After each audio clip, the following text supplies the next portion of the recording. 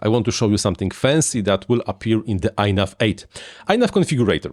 INAV Configurator is relatively slow software. If you have a good connection over the serial port, it's not maybe that irritating. But if you try to open, for example, the OSD tab, it's always taking very long to load because of the special setting framework that INAV uses and the fact that there are just a lot of information on the OSD tab. It just took time for the flight controller to able to provide all that information to configurator. And if you try to use this over the wireless link, it was like a nightmare, never working, a catastrophe. Now, much faster. Maybe not super fast, but still much faster, especially on the second run, because INAV Configurator 8 will change a few things. First of all, the settings framework, it will be cached.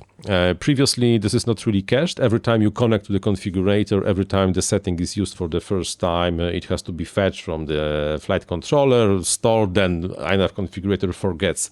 The INAV Configurator 8 will cache this thing persistently in the internal memory, and you will be able, of course, to flash this cache. But we can make it a simple experiment. Let's say mission control. Let's say OSD. This is how long the OSD loads with the cache fully satisfied. So let's open status and 2 seconds with everything cached. Now let me show you what happens if I will flash the cache. So we no longer have anything on the settings framework cached in the memory. And now let's count until the OSD tab will appear. 1, 2, 3, 4, 5. At least 5 seconds. Huge difference. All the tabs will be affected in this way because it's not only the settings on the OSD tab. Plus, we got rid of some of the fancy things that were not really used, optimized the usages here and there, and made INAV Configurator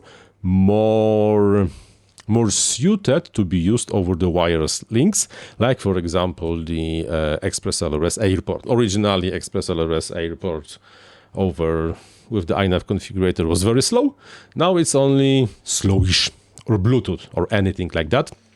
So this thing will go out together with INAV 8 end of this year, and I think it will be like a big impact on how everything is working on the INAV world, and I think you should be relatively happy with the results.